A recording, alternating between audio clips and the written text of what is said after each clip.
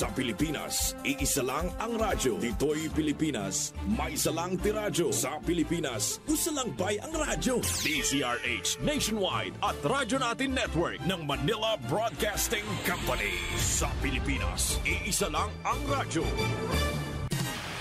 Serving the Philippines. This is MBC Media Group's Radyo Natin Nationwide, a member of the KBP. Radyo Natin Nationwide. Anya na ang programa sa radyo nga muhatod kaninyo og eksaktong serbisyo. Serbisyong totoo para sa tunay na pagbabago with Governor Gerard Roger Espina. Ang programang sa katawhan mo serbisyo.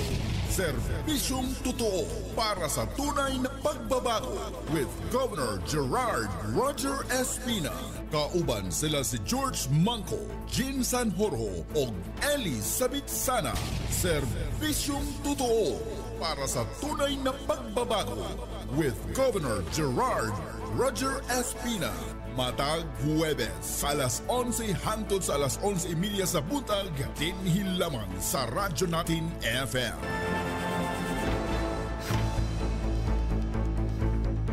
Okay mga kaigsunan, aniya na usab kita nining atong 30 minutos nga programa adlawng Huwebes pizza size ning bulan sa Marso.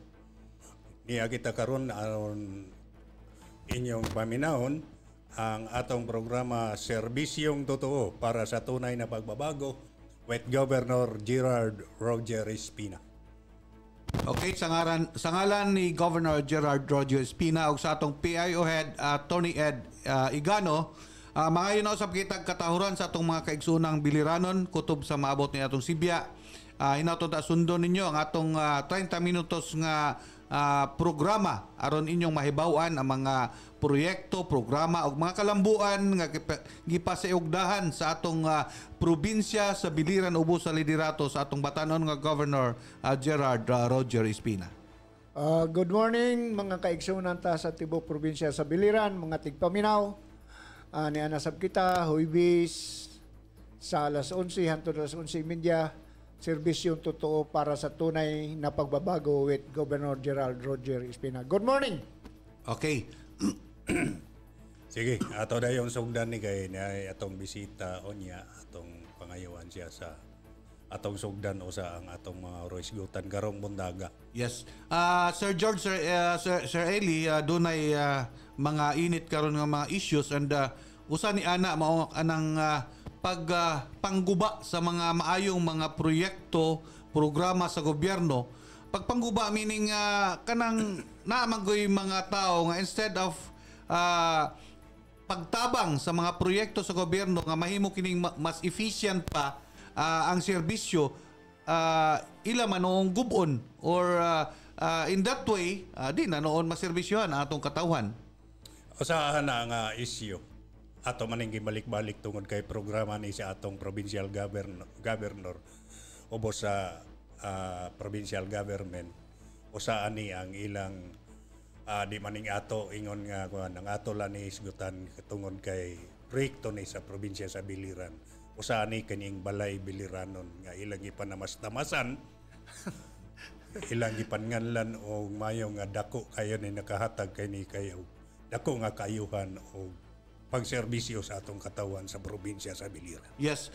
Kung atong mahisgutan na Sir George Eli atong i-recall sa ato guest diri sa ang atong balay biliran manager si Sir George Plecerda, atong makitan og unsa gyud kadako ang tabang niining atong balay biliranon sa mga kigsunan natong biliranon nga nanginahanglan og temporaryo nga kapuy-an didto sa siyudad sa Tacloban, especially kadtong mga kaigsunan nato nga dunay mga pasyente nga gibantayan dito sa EVRMC kay usa ra man ang pasudlon dito sa sulod sa EVRMC og before ni ana nga wala pa nang balay biliranon mao nang nakahatag og kanang murag inspirasyon sa atong governor kay nakit-an niya nga ang mga tao maghahapin lang og karton manghigda sa labi sa IVRMC mao kana nahimugso kana nga programa na nahimugso kaning iyang proyekto nga balay biliranon.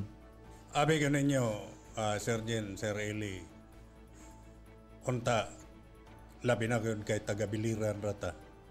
Dili unta ta mo hatag og kanang mga conclusion ba diretso nga pagpakadaot sa mga proyekto.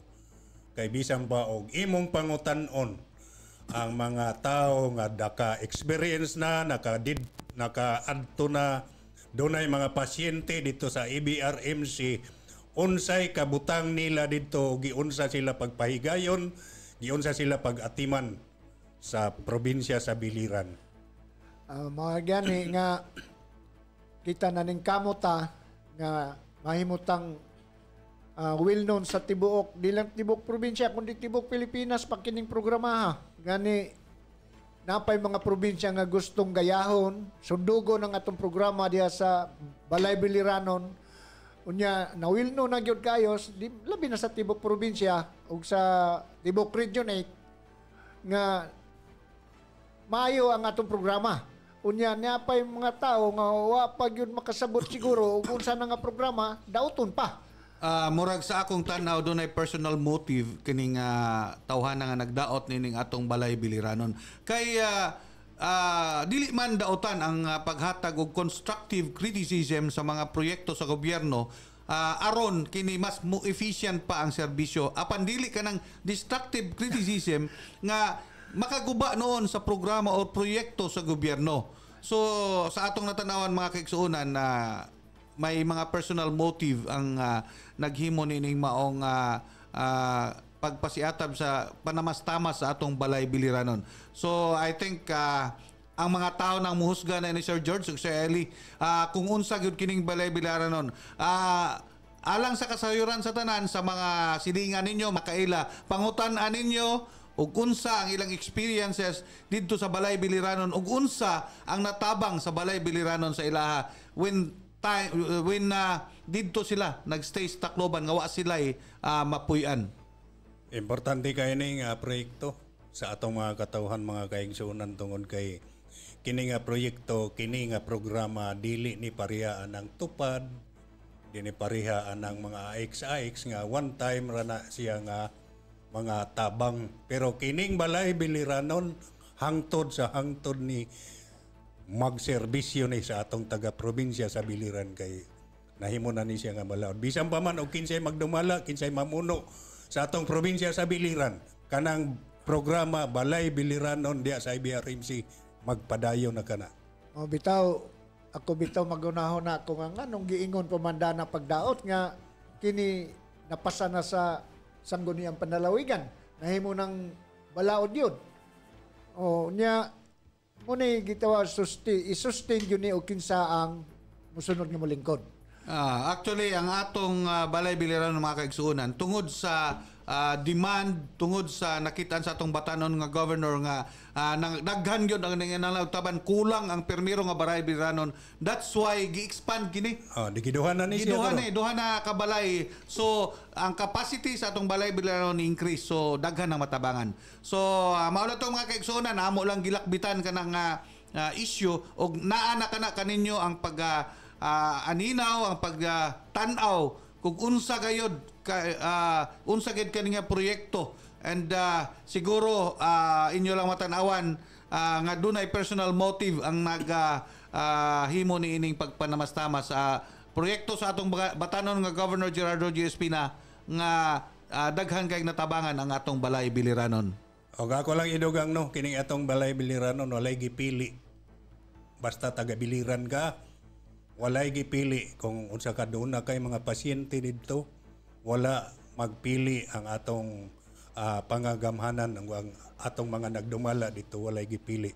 Welcome mo dito kung inyong pamilya manggaling maingon ani adto sa IBRMC, welcome mo, walay gipili sanglit. Ayaw ninyo og panamasta-masi kay importante kayo ni nga programa. Yes, nakatabang. So, mao ka to mga kaigsuonan, kamo na lay bahala. And muadto ta sa sunod nato nga kanang hisgutan karon Sir George ug Sir Eli. Aduna kitay bisita karon. Kini nga atong bisita mga kaigsuonan, usa kini ka farmer gikan sa Barangay Matango, Almeria. And kini siya usa kini nato ka nominee sa award Best Farmer sa Ogmad Award.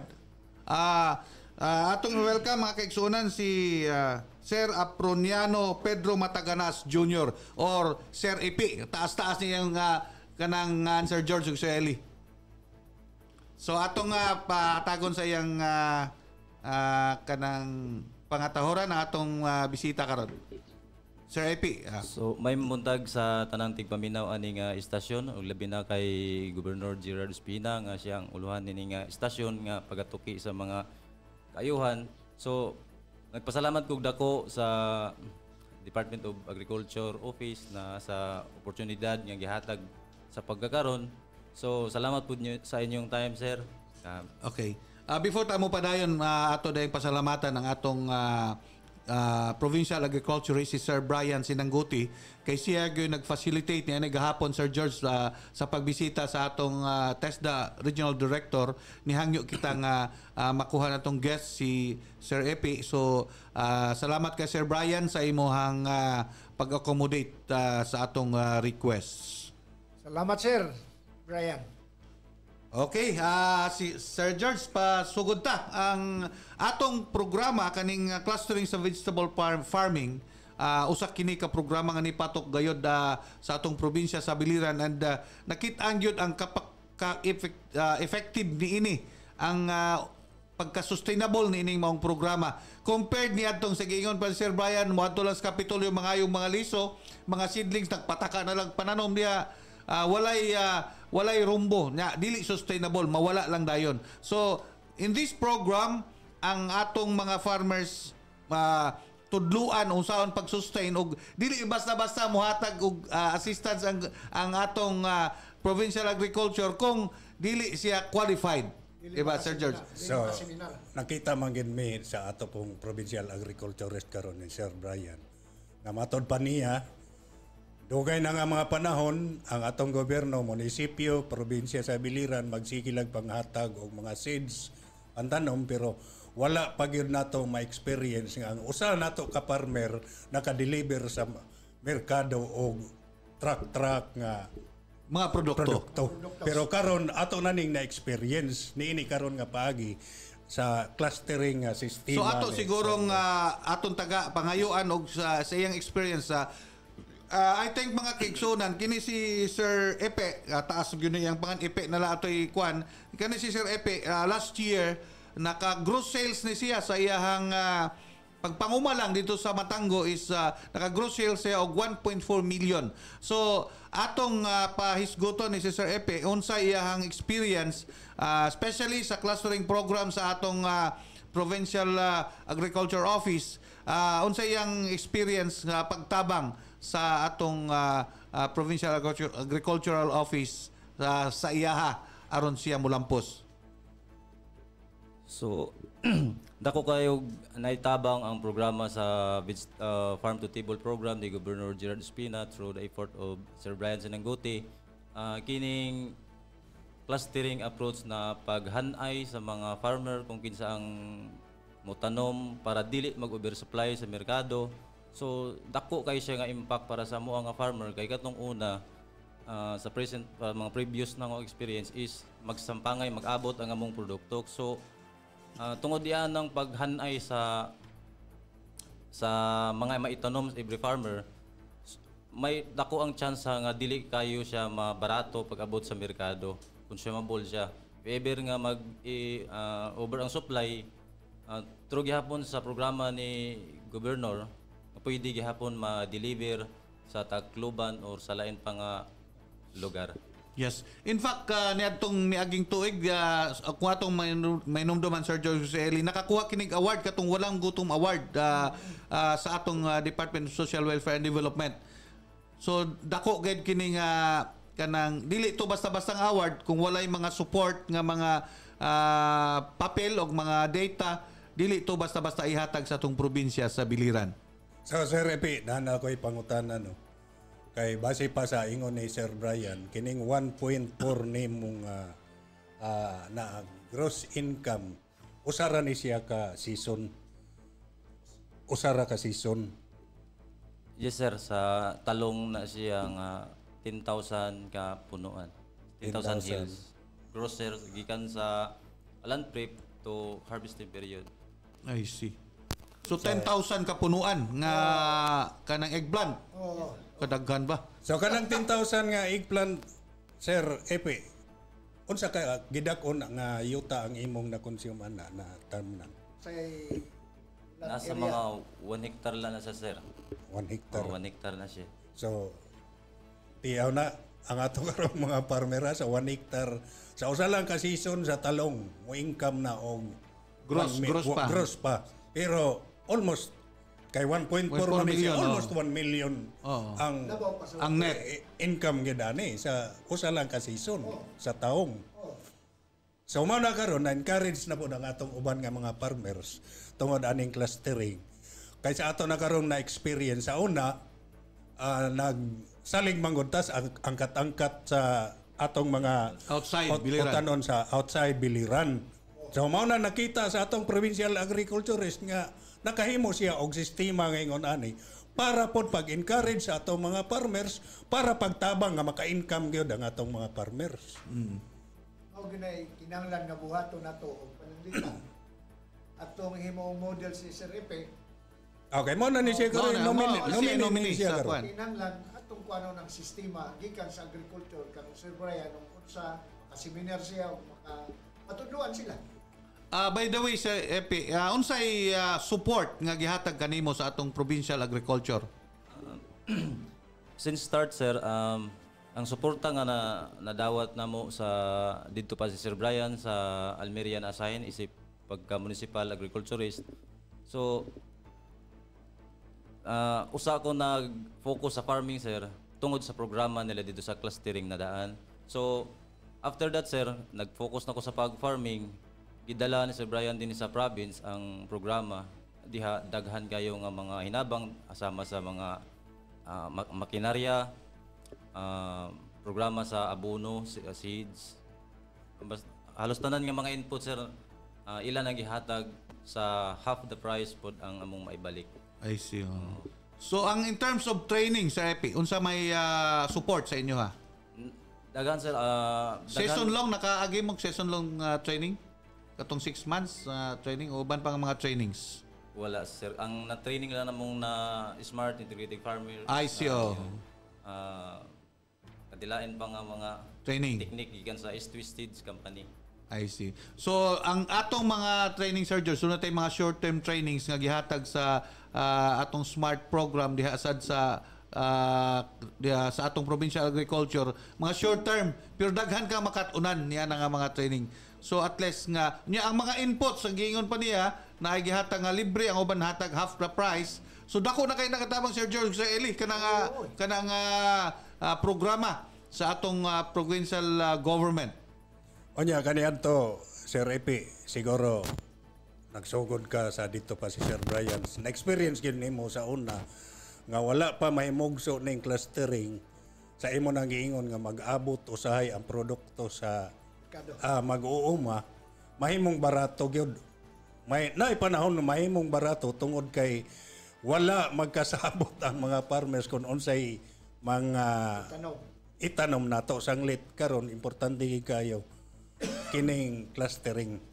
No? Aside ana Sir John Sogselis, ako nasabtan kan Sir Brian, there are times nga mag-oversupply gyud pero ang atong provincial government, ang atong provincial agriculture office mutabang pag dispose pag-market sa mga produkto. So daghan gyud kayo, di gyud pasagdan ang atong mga farmers in case of naay mga problema Sir George Guseli. Napagani siguro Sir George nga crop insurance no.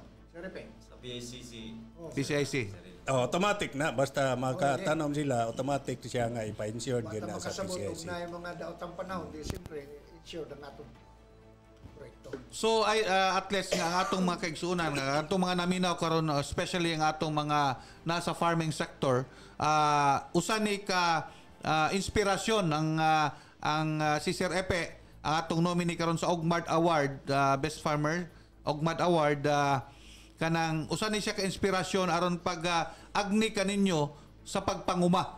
Kay di ay kanang kanang easy lang panguma murag di na to ma-lockdown ang pagpanguma. 1.4 million ang iyang sales sa usa lang ka cropping sa 10,000 ka punuan sa nga talong. So karon na siya unsa gipananom nimo karon sa Sir Epi? Sa pagkakaroon, sir, na ay ampalaya, sibuyas, dahon, pakwan, pipino, sir. So upat ka crops ni daghan sa una usara karon ni daghan na. Unsa gidak-on sa imong area nga gi mangaron sir? Sa karon, sir, kay tungod kay buwag-buwag man sa nga area, nasa 2.8, 2.5. Ang total na nga. Tanan. Imo nang giog. So kanang area imo na kagalingon sir or unsa? Rentala na, sir. So nag-rent lang ka, pila ang rent nimo kada tuig sir? 20,000 per hectare, sir. So mga kaigsunan si Sir Epi ang iyahang area dili pa gani iyaha nag-rent siya og 20,000 per year. Per year, sir. Dili per cropping per year. Per year So 20,000 per year unya nakaabot siya na ana nga mao nga income ang gross sales. So usa kini ka inspirasyon katong mga area nga may mga tag-iya og mga luna nga dagko nga mga area pwede na ninyo i-develop magpa-register mo diri sa atong Provincial Agricultural Office para matabangan mo ma-appeal mo ning clustering program sa atong provincial government. So imagine na to katong dunay may mga yuta.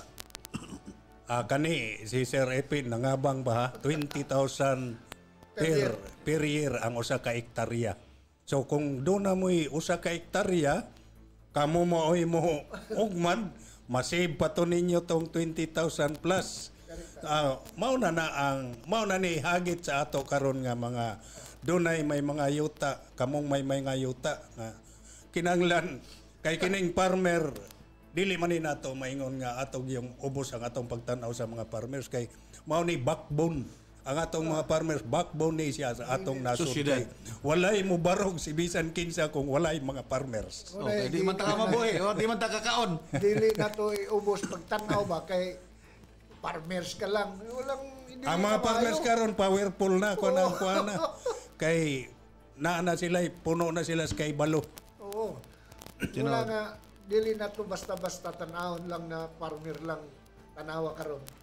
Murag nalupigan pa kada ni 1.4 per crop. Oh, siguro. Sir Epi, para pag-encourage sa itong mga naminaw karon ng mga kaigsuunan sa farming sector, o katong wala mag-farming, basig ma-encourage sila mag-farming sila, unsa imong advice sa ila, Sir Epi? Ang ako lang ikasulti sa mga nagplano pa lang o padung pa lang nga mag-farming, padayon lang kay tungod kay dili pud tanan chances nga mo ang atong kitaon tungod sa kontra nato ang panahon, presyo kasagaran, pero pagpadayon lang ta sa atong baga positive mindset lang ihatag ra gihapon ang para sa to. Yes, at least optimistic lang ka permi, positibo ka nga mulampos, at least nga imog yung makabot ang kalampusan. Kay bisan bag-unsa nga pagkabuhi nagay mga negative kuan na sa usahay kay sa giingon na ang panahon usa na siya kay kung naatay awan bagyo natay kontra magina nato ang kanang mga natural kuan disaster pero ang kining atong mga farmers karon na sila mga technique kung panahon sa timbagyo ayaw na ta pagtanom anang mga daot dayon. Mano na ilang istudyohan. So aside from that, in terms of bagyo, naay atong Philippine Crop Insurance Corporation nga maoy mutabang usab baron di kay mabugatan og alkansi atong mga farmers. Di ba, Sir Epe? So ako lang idugang pangutana, Sir Epe, no, kanang ang gigamit ba karon ang ato ba karon gi-encourage sa atong mga farmers? Gamit magita og organic or semi pa lang? Sa pagkakaroon, sir, halo na mo ang organic. Baga alternate nga sistema, sir, sample na ni is sa after transplant pa lang, pwede mo sa among gigamit is chemical. So before flowering to harvesting period, among gamit na is mga organic na mostly. Para sa safe nga consumption sa mga mamamalit. So at least murag ang programa karon sa atong Department of Agriculture mi-switch on na gyud sila sa hinay-hinay ngadto sa organic Back farmer. Back to kuan na. Kay usa ana ang atong mga yuta is acidic na kaayo, so para pagbalik sa kapag kuan fertilize ng yuta, at least nga mo switch on tangadto, mo switch ngadto sa organic farming. Kay as a farmer po no, lison magud kayo kung mangumata nga moderitso lata sa organic nga wa pa nato mga kondisyon ng atong yuta kinahanglan oro inanay law sa kay kung pananglitan makita na gyud nato nga fertile ng atong yuta kay sa ingon ana sa kung organic mo gamit na gitag organic mo balik man gud ang fertility sa atong yuta mao na nga moabot ang panahon karon ning gasto tagdako moabot ang panahon nga muminus na pud ang atong gasto tungod kay kuana tambok na ang atong yuta. So at least nga atong provincial agriculture Sir George nakita gyud nato unsa ang ilang lihok karon halos di mag-urong sa opisina, magsige nagsuroy ngadto sa atong mga kalungsuran pag-implement sa mga project sa atong provincial government ubos kang Gov Gerard Rodio Espina. So imo makitaan nga dili lang mag-uuma ang atong fisher folks karon gi panghatagan og mga assistance kanang mga motorized mga makina, motorized bangka. O mga makina usa kini kapaagi aron ma-upgrade ang ilang livelihood isip mga fisher folks. Ug kay ang ato pang pangagamahanan sa probinsya sa Biliran gitan-aw gid nila ang tanan sektor sa atong komunidad. Halos tanan nga mga sektor sa atong komunidad ilag yung gihatagan og importansya tungod kay mao man ni ang atong paglaom sa atong lugar. Tinod. So at least nga mga kaigsunan na makahatag mi ninyo og inspirasyon and inyo gyud makit-an nga kanili tinuod gyud kini nga experience sa atong kanang bisita karong buntaga kini Sir Epi and in fact usa siya sa mga nominee sa Best Farmers Ugmad Award.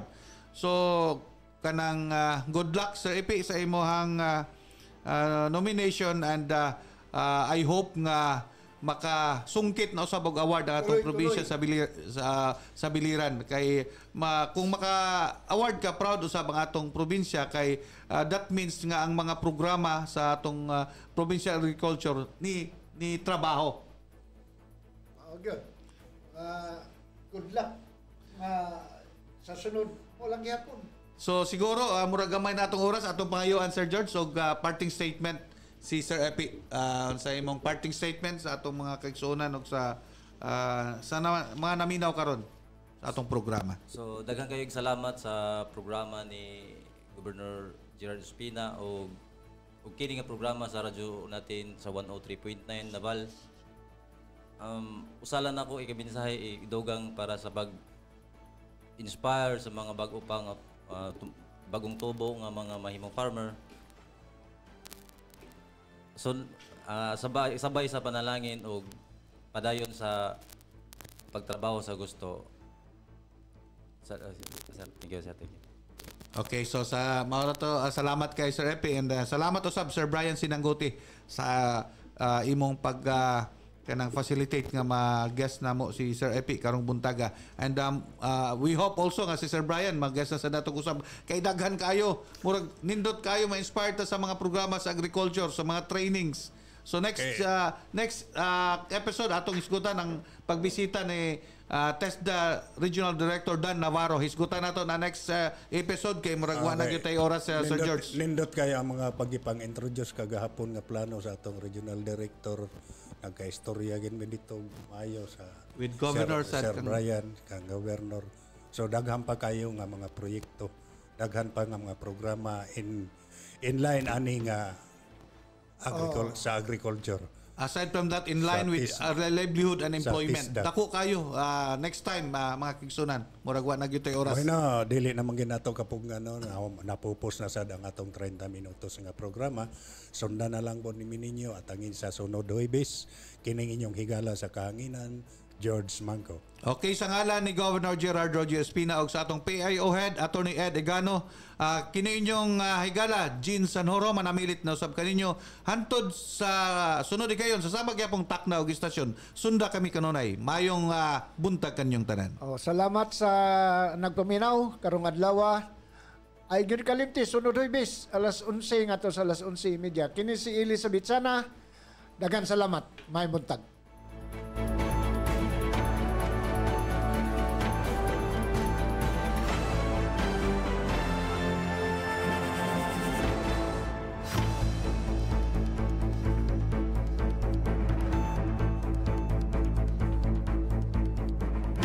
Anya na ang programa sa radyo nga muhatod kaninyo og eksaktong serbisyo. Serbisyong totoo para sa tunay na pagbabago with Governor Gerard Roger Espina.